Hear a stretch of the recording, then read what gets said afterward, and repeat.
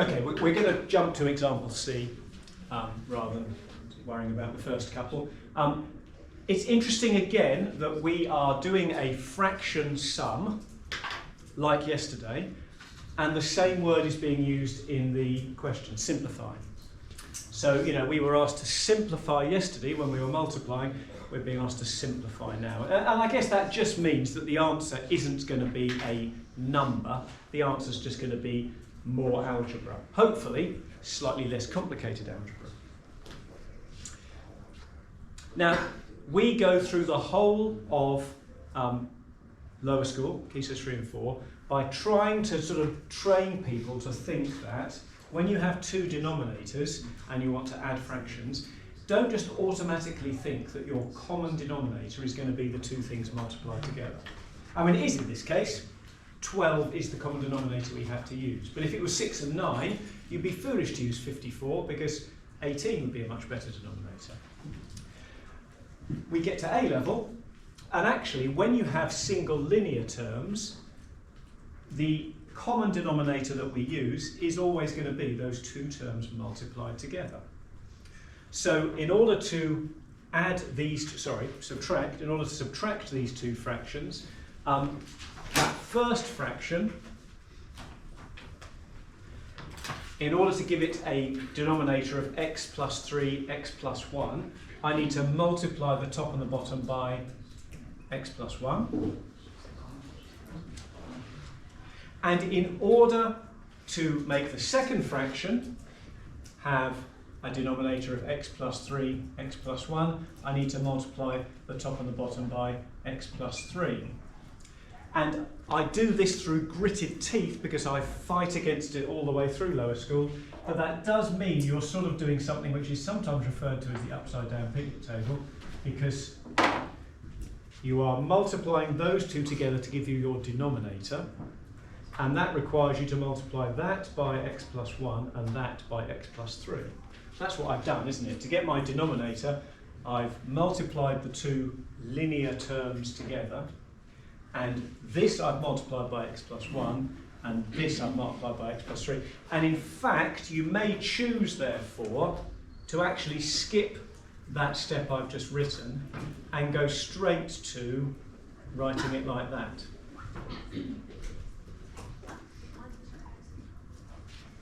There's nothing wrong with doing that, but you may say, right, okay, I recognise this is one of those standard two linear denominator questions, so I'm just going to write it as a single fraction that's the product of the two denominators.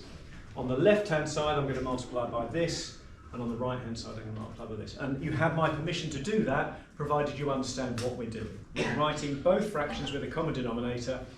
To turn x plus 3 into x plus 3 times x plus 1, you need to multiply by x plus 1. And to turn x plus 1 into x plus 3 times x plus 1, you need to multiply by x plus 3. I'm not going to do anything to the denominator. I'm going to leave it as it is. Can I just get you to simplify the numerator for me?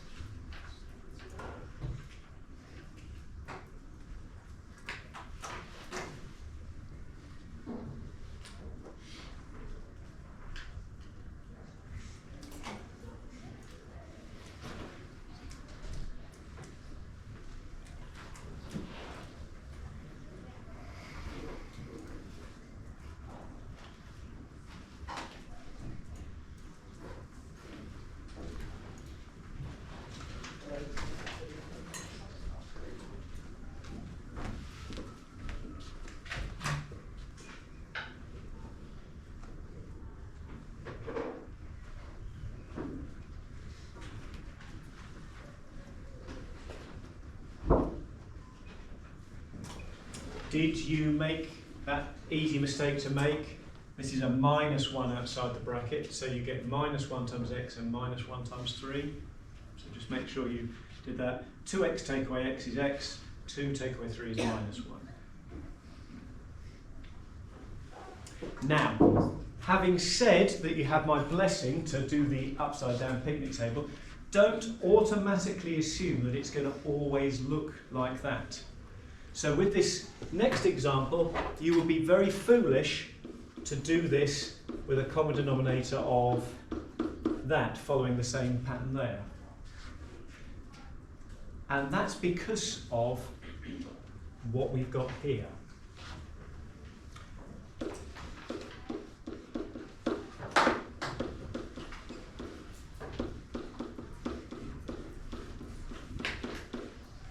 So in this sum, if you spot that the denominator of part D of the second fraction is a difference of two squares, and therefore you can factorise it like that, you actually don't need to touch that fraction.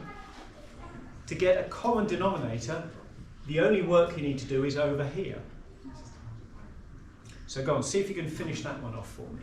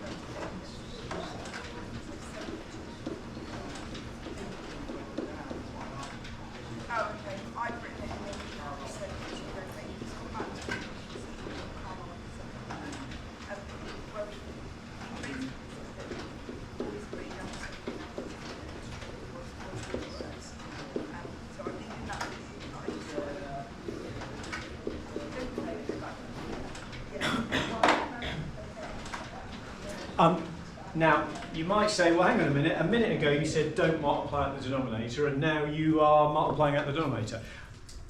Yeah, I mean, you could leave it as x plus 1, x minus 1, but this is a special case, isn't it? These difference of two squares ones are special cases.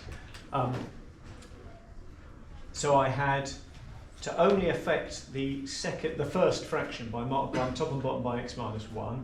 So I get 3x minus 3, take away 4x, gives me that. Now, can I just make one point here?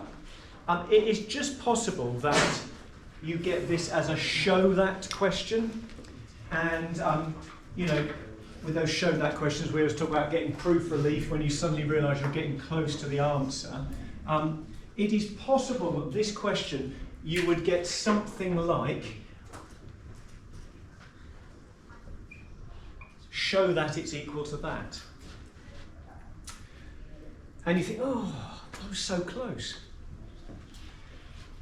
And actually, because it's a fraction, I can change it into an equivalent fraction by just multiplying the top and the bottom by the same thing. And all that's happened to go from here to here is I've multiplied the numerator and the denominator by minus 1.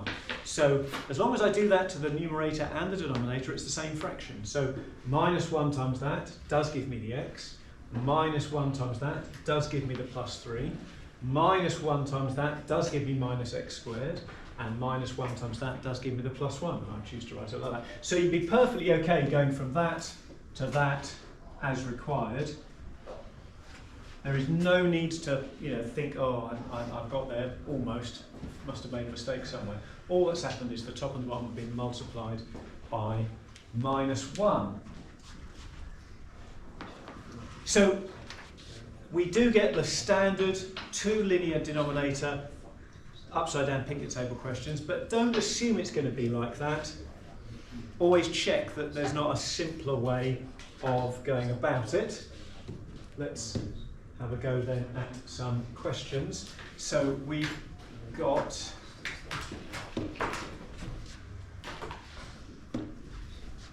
I'm going to suggest, I've just printed it, I'm going to suggest you start on question 2, but as always work at your own pace, and I've included the answers, and this time they're not on the same, they're not on the back, so you have to perhaps fold it in half so you can actually.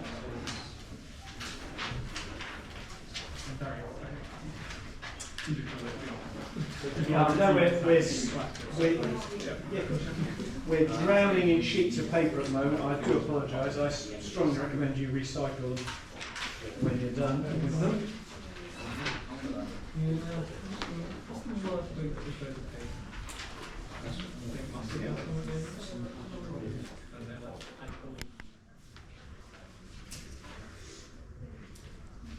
So just looking at some answers to number 2 with D, I rewrote it like that, so it was just about making it a denominator of 6, that was a straightforward one. E was the only one where you couldn't do your standard linear thing, so I wrote the first one like that, which reminded me I just needed to multiply top and bottom by x plus 4. And remember it's minus 1, so that's why it's minus x minus 4 simplifies to that. So with 3a, I think it's probably best to keep it as 2 separate fractions initially. So I've written it out, and I know I'm going to be able to factorise the bottom, and I'm having a punt that one of the 2 factors will be the same as this one. You know, it's fairly likely, and I know this is an easy example, so I apologise if you feel like you're being patronised. So, so all I need to do is to multiply this one, top and bottom, by x plus 1. So that gives me my denominator, and it doesn't really matter whether you chose to write the denominator in expanded or unexpanded way. And then I've got 2 plus x plus 1, so that's 3 plus x on the top there. So I think it's probably helpful with these ones to write them as 2 separate fractions, then it's easy to see what you need to multiply both sides by. It's,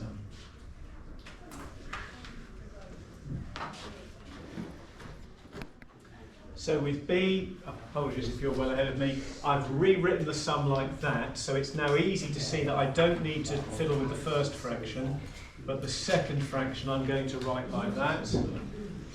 So I end up with 7 plus 3x minus 6, which is where the 3x plus 1 or 1 plus 3x comes from, as we see in a minute. Right, can I just get you all to break at that point? Because I want to sort of land up on a particular question and then try and lead us into where we're going with this. So I'm looking at 2c, and I'm going to look at that one and factorise it. That one looks quite nice and easy, and I'm hoping that over here I'll see either an x plus 1 or an x plus 3. Yeah, it's x plus 3 squared, which I'm choosing to write like that. So my common denominator is going to be x plus 3, x plus 3, x plus 1. That's what I need. So I'm going to multiply this side, top and bottom, by x plus 1. And this side, I'm going to multiply top and bottom by x plus 3. So my denominator, and it's probably easier to write that as x plus 3 squared, is going to look like that. I've got my 2 lots of x plus 2 minus, don't forget, minus 3x minus 9, and that's all going to simplify out to the answer they give us, minus x minus 7. Now if we can then jump ahead and have a look, I know this is a bit of a jump, at question 7. We've got in question 7 I should have learnt my lesson yesterday after the 3 fraction one, but I think we're okay with this one. So with this one, we've got 3, well, I say 3 fractions. The first one doesn't look much like a fraction, but there you go, it's a fraction.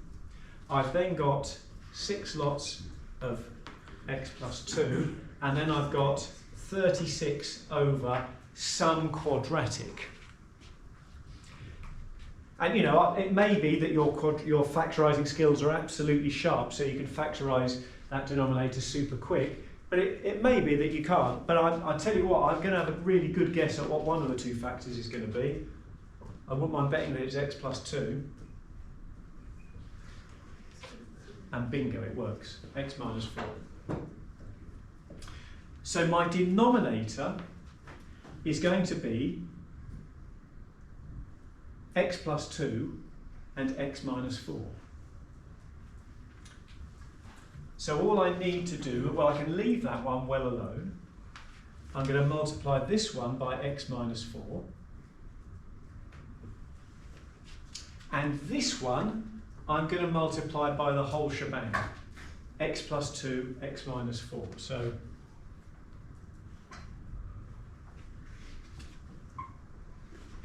top and bottom.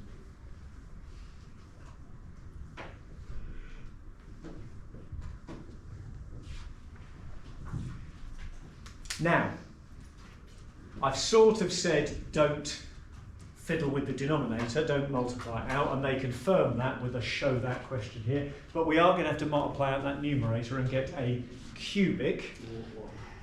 And so we've got a fairly fiddly bit of multiplication to do. Then, having got that, we've got to show that this is the same as this. And it says use division. I hope you can see that what they're doing is, to get from here to here, they've divided by the bottom by x plus 2, so we need to divide the top by x plus 2. So when you get to part B, you need to take that cubic and divide it by x plus 2. So can I encourage you, if you hadn't started number 7, to perhaps have a look at that one and jump to that one and see if we can, because it's good again, no logs this time, but it's involving algebraic long division. Okay, so I'm assuming that you could multiply that out to get that. I haven't done that. So that step from A to B just involved taking your numerator and dividing it by x plus 2. Going from here to here, they just divided top and bottom by x plus 2. And that involved long division, which does give us the numerator we were after. So that's a as required answer. Don't be spooked by these statements here. What they're just saying is that this would break if x was equal to minus 2 or x was equal to 4, because your denominator would become 0 and you can't have a denominator of 0. So they'll always throw that in there just to cover themselves. You can ignore it, you don't need to worry about it. So can I just set this in sort of context with where we're going next? So we have looked at how we can take two separate fractions and write them as a single fraction with a common denominator. And like many times in maths, what we now want to do is the reverse as well. So, you know, we teach you to square numbers and then we square root them. We learn how to expand brackets and then we learn how to factorise. Well, we've just learned how to combine two separate fractions, how to add or subtract them, and we get something that looks a bit like this. But sometimes we want to work backwards, particularly if I want to integrate or differentiate, well, sorry, more importantly, integrate something like this, because I can't integrate it as it stands. So where we're going with this next is we're saying, right, what was the question? If that's the answer, what was the question? And we already know part of that, because hopefully you can see it must have come from two fractions that look like that. Now, how did I know it was an add rather than subtract? Well, I don't, so I'll put an add in there, but it might I end up with a value here. So where we're going with this next is we're going to learn how we can reverse the process we've been through today to work out what the numerators would be here and here to give us this as an answer. It's a really little neat trick. And that's what we're doing on Thursday. You will note, hopefully you will see when you next check your email, that I have sent you a relatively short sequences homework. I will mark that over half term, so if you can get it done by the end of the week, brilliant. If not, please get it done early part of half term. This doesn't include my French doing AS.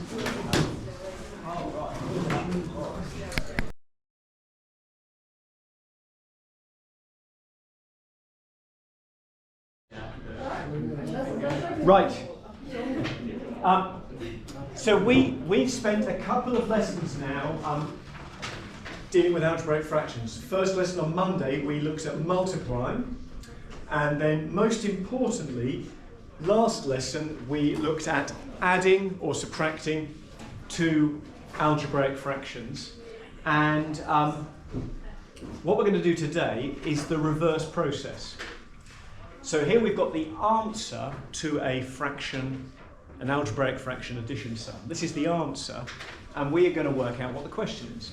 And it's not, if you look at the examples you did last lesson, it's not something that's obvious. You can't do it by inspection. You can't do it by just looking. We're going to have to do some calculations. We're going to have to sort of unpick what we were doing yesterday. This process is known as partial fractions. Why on earth do we need to do it? This is yet another example of maths teaching you how to do something and then teaching you to do the reverse. Well, in this case, the reverse is useful if we want to integrate something that looks like that, because we can't integrate it as it stands, but we can integrate it when it's split into two separate fractions. And at the moment, we haven't looked at that technique yet, so you just have to take my word for it. But there'll come a time when you'll go, oh yeah, that was really good. So, here's what we're going to do. We're going to say, right, here's my answer. What was the question? And I can get so far because I'm pretty sure that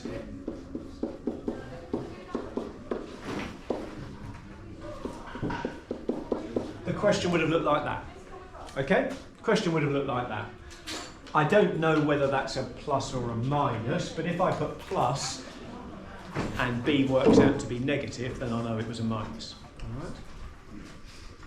So I'm just going to focus on this, and I'm going to do what we did last lesson. Do you remember what we did last lesson? We said, right, I can write this with a common denominator of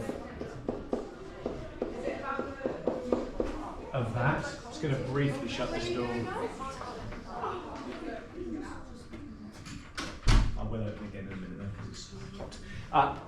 And in order to write it as a fraction with a common denominator, this fraction we'd have to multiply the top and the bottom by x plus 1. So you'd end up with that. And this fraction we'd have to multiply the top and the bottom by x minus 3. So we'd end up with that. And I know I've missed a step there, haven't I? So, we could, if I've sort of lost you already, then, what we are doing is we're saying, right, on the left-hand side, I'm going to multiply the top and the bottom by x plus 1. And on the right-hand side, I'm going to multiply the top and the bottom by x minus 3. And common denominator, so I can then write it as a single fraction, voila. So, forgive me for skipping that step. Hopefully you can sort of do that bit in your head. Now, here's the neat bit. Sorry, that is x plus 1. There's not a 4 in the middle there. Here's the neat bit anyway. We know that this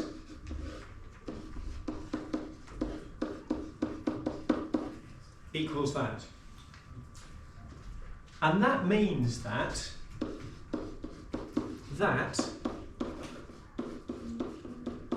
must equal that. Because if the denominators are the same, then the numerators must be the same. And so in truth, you're probably going to find, as you get better at doing these sorts of questions, you're probably going to find that you can go from here straight to here. We can say, well, okay, we know we're going to end up with a denominator that's the same, and it's a bit of effort to write that denominator down, so I'm not going to bother. I'm just going to skip it. And that gets me to here. And now I have two ways of working out the value of A and B, both of which I think are really neat. So, firstly, I'm going to show you how to do it using a method we have used before briefly. I suspect that you will end up not using this method, but we're all different. I'm not going to assume you're all the same as me. So method 1 is a method called equating. And the word equating, as you will probably guess, comes from the word equal. So it's something to do with the fact that we have this sign here telling us the things on the left have got to be the same as the things on the right.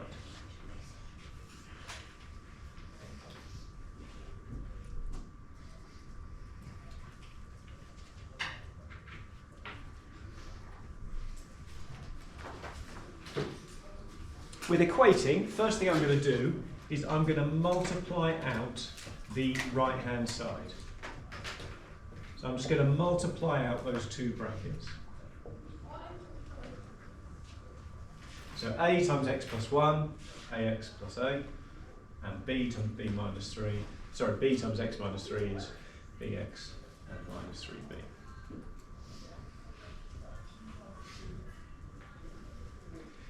And I've got two things on both sides of the equation. I've got x's and I've got numbers, constants, not, and so yeah, constants as opposed to variables. And between both sides, I have this sign which tells me they are equal. So what that means is the number of x's on both sides must be the same, and the numbers on both sides must be the same. So the number of x's on the left-hand side is 6. Notice I'm not writing 6x, I'm just saying 6. And the number of x's on the right-hand side, well, there's a there, and there's b there. So in order for the number of x's to be the same on both sides, a plus b must add up to 6. That's just comparing the x's.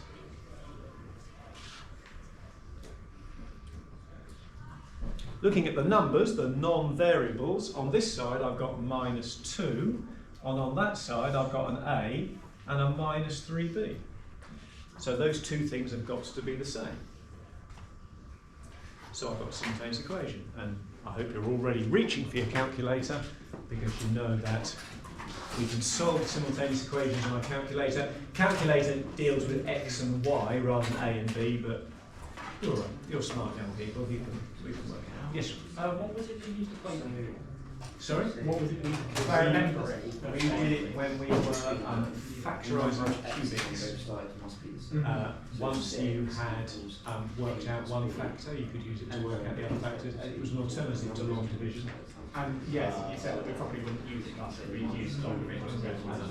I think that's what that's something like that. How do you do it if you have a variable A or B terms? Right, that's a very good question.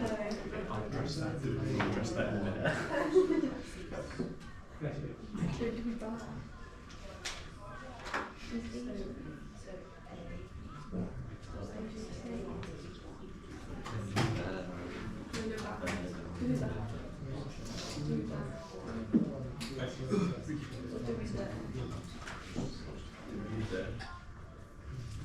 Okay. So have we got an A and B? Laura, what did you get for that? I'm being very lazy again. No, B is 2, A is 4. And that certainly works there, and yeah, works there. Good, brilliant, brilliant. So what we can now say, we can go right back to the beginning, and we can now say, right, A is 4, and B is 2. And we've answered the question. Now Sean has asked a very sensible question. How do we know we haven't got any algebra up here? How did I know it was going to be just a constant, a number? Well, this is something which I'm not really going to justify at this stage, but it's to do with the orders of the expression. By that I mean the highest power of x. This partial fractions method only works if the order of our numerator, which is 1, the highest power of x I've got there is 1, is less than the order of the denominator. And if I were to multiply that, it would have order 2. If that is true, if the order of this is less than the order of this, I know it's going to come from two fractions where the same is true. The order of this will be less than the order of this. Now, this has an order of 1, no x's at all here, so we say that has order 0. So, because I've got order 1 over order 2, I know it's going to come from order 0 over order 1 and order 0 over order 1. Now, you don't need to think about that too hard at the moment, but it is relevant later on down the line. Okay, can I show you another method, which you may or may not prefer to use? The other method, so we know our answer now, but I'm just going to rewind and pretend we don't know our answer, okay? So, there we go. We don't know the answer, all right? So let's now use a method of substitution.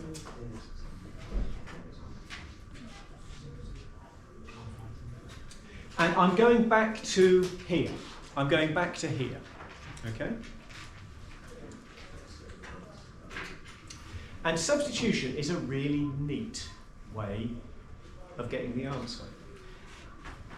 I mean, whatever value of x I substitute in, it will still be left side equals right side.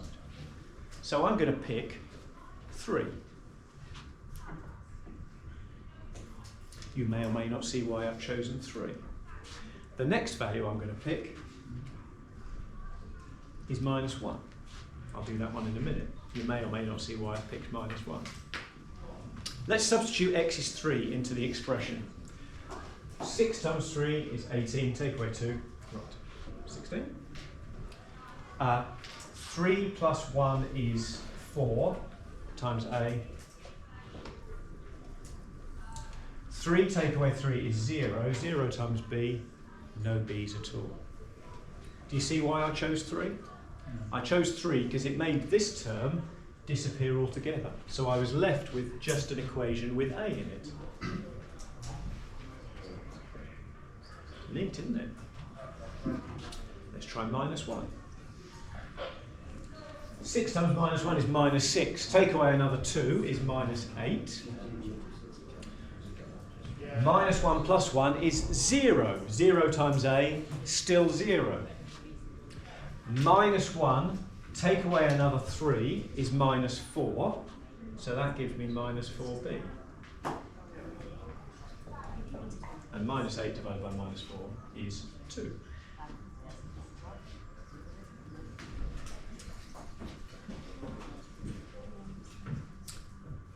I don't care which method you use, okay? We will come to some examples further down the line where substitution is a lot quicker. It is a lot quicker. But at the moment, it's entirely up to you. So I have forgotten to photocopy the example. So let me put the first page up here and then I will print you some answers. So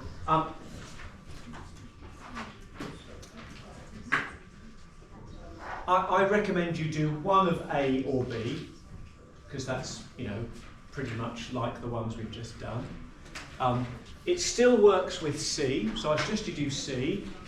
You're going to have A over 2x and B over x minus 4. You might want to have a go at D maybe, but then you've got to ones where you have to factorise. So factorise firstly, so hopefully you can recognise how you factorise that. You'll have A over x plus 3 and B over x minus 3. Can we see that at the back? Yeah? Right. Well, actually, maybe I won't worry about copying. Can I just talk about question 3? So I've got to this stage here. I hope we're pretty confident with doing that. And I'm going to use 4 as my first value. You'll see why I've chosen 4 and not -8. So that gives me that. So if 4 plus 8 is 12, nothing. So straight away, I get that A is 24. So now I know, and A is a constant, so I can now say, right, A is 24. And now I can actually use any value of x that I want in order to work out what B is. apart from 4. So, you know, I could use -8, but minus numbers are just confusing, aren't they? So I'm going to just pick 1. Now I know that a is 24. If I make x equal to 1, I get 1 plus 8 is 18.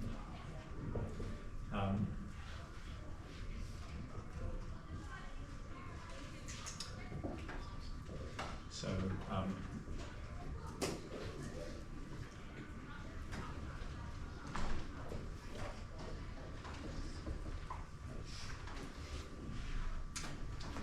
and so I'm there. So I was able to, for that second value I substituted in, use any value I want. I mean, you could have used -8. There's absolutely nothing wrong with using -8, and we should have got the same answer. Have I got the right answer? 24 -2. Yes.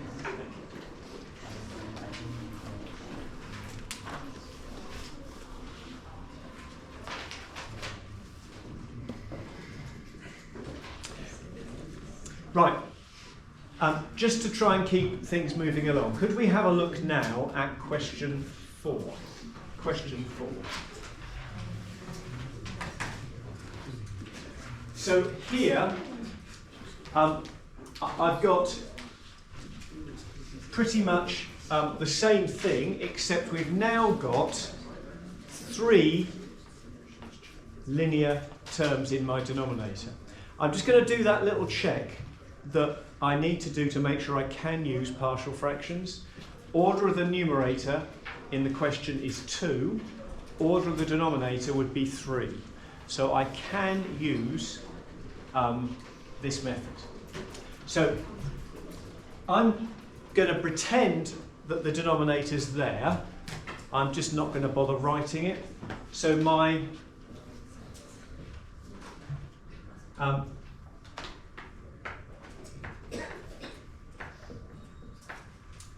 so, you know, I've got a over x plus 1. So to turn that fraction into a fraction with the same denominator of this as that, I've got to multiply the top and the bottom by x minus 2 and x plus 5. I'm not going to bother writing the denominator because it's just going to end up being the same thing 3 times. So can you see what I've done there? So I've taken that term and multiplied top and bottom by both x minus 2 and x plus 5. I'm just not bothering to write the denominator out because it's just effort writing the same thing 3 times. So Ollie, what am I going to multiply b by to turn that fraction into that one? X plus 5 and plus 1. Brilliant, yeah, that's right. Doesn't matter what order, but there we go, yeah. All good stuff, yeah. And then c, to turn that fraction into a fraction with a denominator like that, I need to multiply top and bottom by x plus 1 and x minus 2.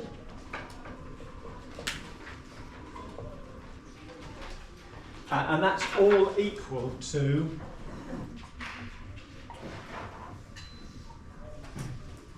that.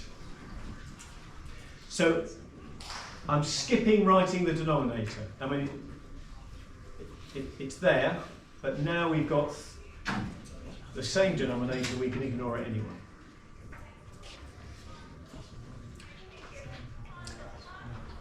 Now you probably now understand why I prefer substitution, because using equating with this example, there'd be a whole lot of multiplying. Have I made a mistake? No. Oh, No, I'm just confused. oh. Where I was just wondering how you do it, considering the x is greater than 2. I'm just playing words So- to watch. So that's again just they're just covering themselves, so that if x was less than 2, would that yes, I don't know why they're saying that, but anyway, we can always ignore those statements. So if I was to use equating, I would have to multiply that out, multiply that out, multiply that out, and it'd be an awful lot of action. If I use substitution, it's nice and easy, because the only things I need to do are substitute in -1, 2, and -5. let me do the first one for you and then get you to carry on. So when I make x equal to -1, I mean, of course, my calculator will do that for me. I just do -1 arrow x and type that in, but you know, let's not shy away from it. So -1 squared would be 1, so 2 lots of that would be 2. -12 times -1 is +12. Take away 26, so that's 14 take away 20, so that would be -12. And here's the neat thing, if x is -1, that becomes 0, so that whole term disappears. And if x is -1, that becomes 0, so that whole term disappears. So I'm just left with this term, so I've got -1 -2, that's -3, and -1 plus 5 is 4. -3 times 4 .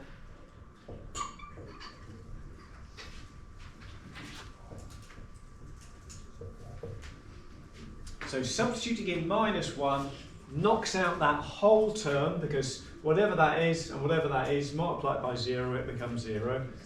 It knocks out that whole term, so the only thing I'm left with is that term there.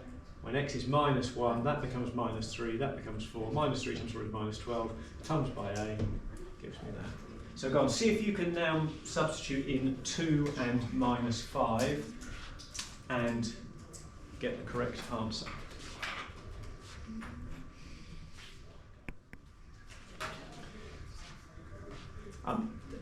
So far, I think every question has come up with a nice round whole number answer.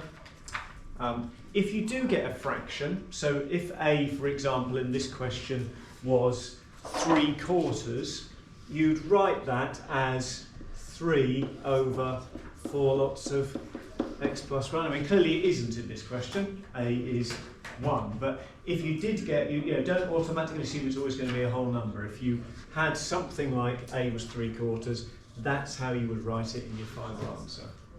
Well, sorry, that's the best way of writing it. You could write it as 3/4 over, but that would be foolish. So, like I say, normally we don't spend this much time just sort of practicing, but I suggest we really do, you know, hammer this to the end of the lesson. So, you know, maybe having a look at those questions towards the bottom of that exercise, seeing if you can do another threer. Very often they give you the framework. They're not doing that to be nice to you. They're doing it so it's easy to mark because everyone's doing the same letters in the same order. So that's that's the reason for that.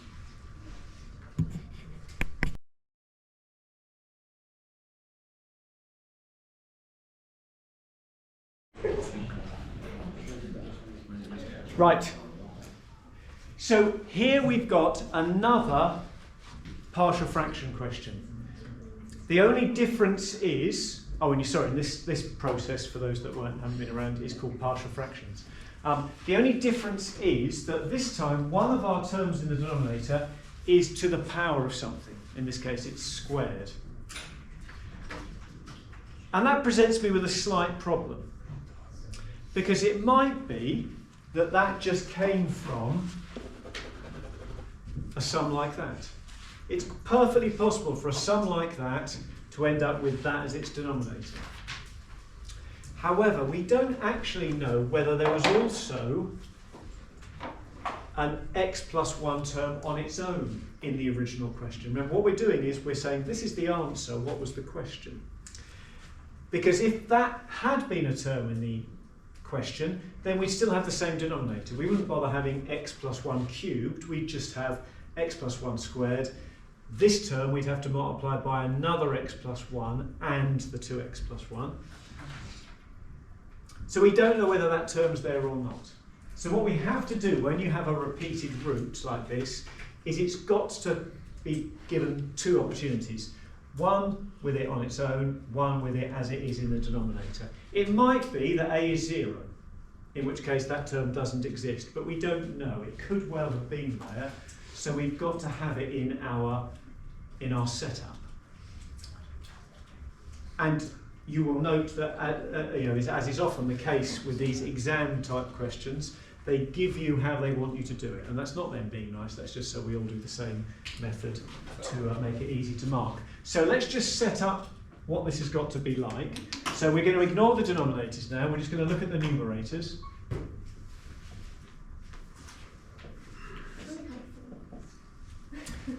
So, Arthur, what do I need to multiply that fraction by so it's got the same denominator as that? X plus 1, wait, Yeah, yeah, and? to X plus 1. Yeah, so basically I'm saying, what have I got here that I haven't got there? I need another x plus 1, and I need 2x plus 1, and we're multiplying, there is a denominator here, we're just not bothering to write it, because we just end up writing the same denominator again and again. So Callum, what do I need to multiply this by to make it that? 2x plus 1. So I'm going to do the same to the top, well done, just 2x plus 1. And then the last term, we'll just need the x plus 1 squared.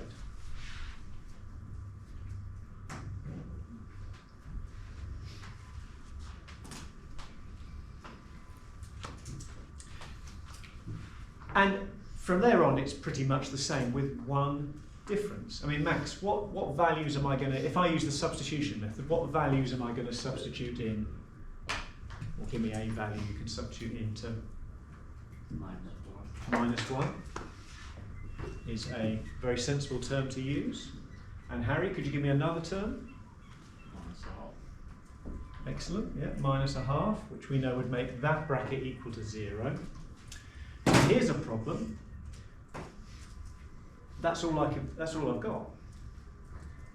Because, you know, minus 1 makes that bracket disappear. So I'm just going to be left with that term. So I'm going to be able to work out b there. And minus a half makes that bracket disappear and that bracket disappear. So I'm just going to be able to work out c. But I need another value to work out a. And all we do is we just pick another value. So I'm going to try x is 0. So have a go. See if you can substitute x is 1, minus 1, sorry, minus half 0. I would definitely use my calculator, so I would type in minus 1 arrow x and then type that in, and then I go up and edit that to change it into a minus a half. I just think it's so easy to make a mistake at that point that I don't want to risk that. Okay? See if you can get somewhere with that. So the first term, the d term, is missing an x plus 1 and an x minus 1. The second term is just missing the x minus 1. And the third term needs an x plus 1 squared. We remember what we're doing is we're making that denominator the same as that denominator and multiplying the top by the same thing and just not bothering to write the denominator because it's effort. And then I'm going to substitute in x is 1, which will make those two terms disappear, minus 1, which will make those two terms disappear, and then picking another value, which sometimes it's easy to work out using 0. You can use whatever value you want. But by that time we will know 2 of the values as well. So I used my calculator to do the substitution on the left hand side, got minus 16, minus 4 and minus 5. When x was 1, that term disappeared, so I was just left with 1 plus 1 squared, which is 4, so 4f, so f is minus 4. X is minus 1. You get e is minus 2, which I then fill in. I fill in those 2 values. So my third value, which I just can choose anything, I'm in a position to actually work out those 2 terms because I know what e and f are. So we get d is 2. Bob is your uncle. So we are on, for those at home, page 13. And yeah, have a go. Exercise 1e. Oh, I tell you, while I've got the video running, I'll say this to all of you. So, early next week, I'm going to produce a revision list for the mock exam, and I know that's a way away still. But we're actually going to do a couple of mocks, but you've only got one in the hall. So you're going to do a 2-hour pure exam in the hall, which will definitely include sequences. and definitely include this partial fractions, but nothing after that, so nothing that we're going to do after half term. But also a load of stuff from AS. So I'm going to give you a list of things to look at, to prepare for that. You may choose to start doing that over half term. There's plenty of time after half term. I mean, have you had a timetable? Yeah. So it's sort of towards the end of June, isn't it, once the year 11 exams are finished. So watch out for that in your inboxes over half term.